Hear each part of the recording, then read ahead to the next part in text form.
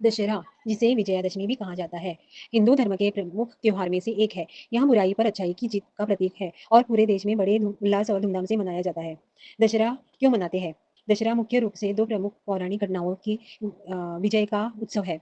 भगवान राम श्री राम की रावण पर विजय सबसे प्रसिद्ध मान्यता के अनुसार इसी दिन भगवान श्री राम ने 10 सिर वाले राक्षस राजा रावण का वध किया था और अपनी पत्नी सीता को उसकी कैद से मुक्त कराया था। यह अधर्म पर धर्म और अहंकार पर सत्य की विजय को दर्शाता है। देवी दुर्गा की महिषासुर पर विजय, कई क्षेत्रों में यह पर्व मां दुर्गा द्वारा महिषासुर नामक राक्षस के संहार के रूप में भी मनाया जाता है। देवी दुर्गा ने 9 दिनों तक चले युद्ध के बाद 10वें दिन महिषासुर का वध किया था, इसलिए इसे विजयादशमी कहा जाता है।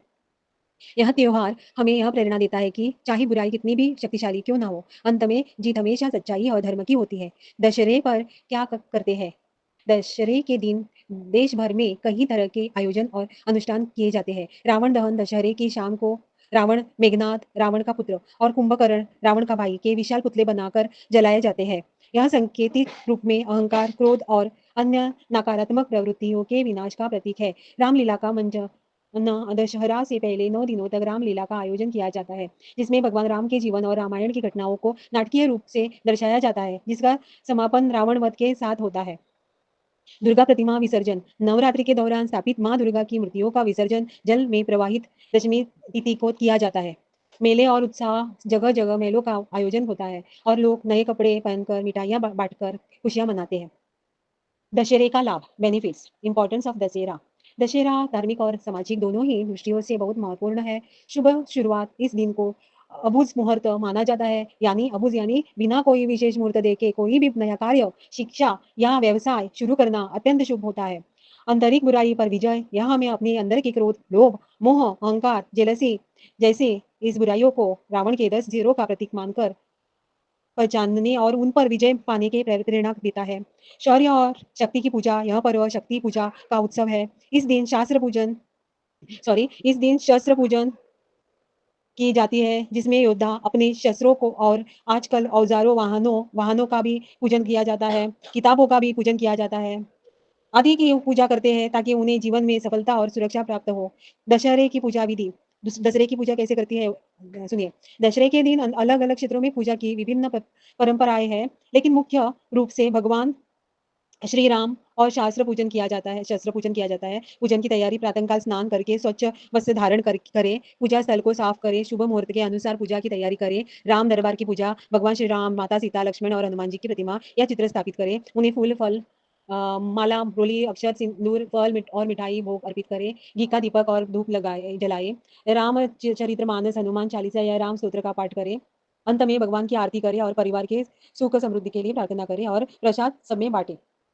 शस्त्र पूजन, अपने औजार, शस्त्र या अपना वाहन, अपने पुस्तक, जैसे मान लैपटॉप, किताबें को साफ करें, उन्हें एक कपड़े पर रखें या उन्हें खड़े करें और उनको साफ करें, धोए पहले उनको उनको कुमकुम लगाए, हल्दी और अक्षत चावल लगाकर पूजा करें। लैपटॉप को सिर्फ पोछा कपड़ा लेकर साफ कपड़े में पोछे, मत धोए, नहीं तो खराब हो जाएगा।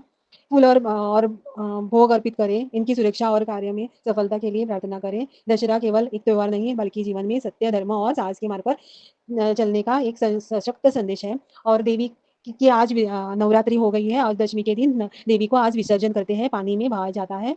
दुर्गा विसर्जन भी करते हैं इसी दिन। और पहले उत्तर पूजा होती है। उत्तर पूजा के पहले अपने को क्या चाहिए वो मांगे देवी से, उनको भोग दिखाए, आरती कीजिए और वो प्रसाद सब में बांटिए और बाद में वो देवी की मूर्ति स्थापित की हुई है वो पानी में विसर्जन कीजिए। ऐसा होता है।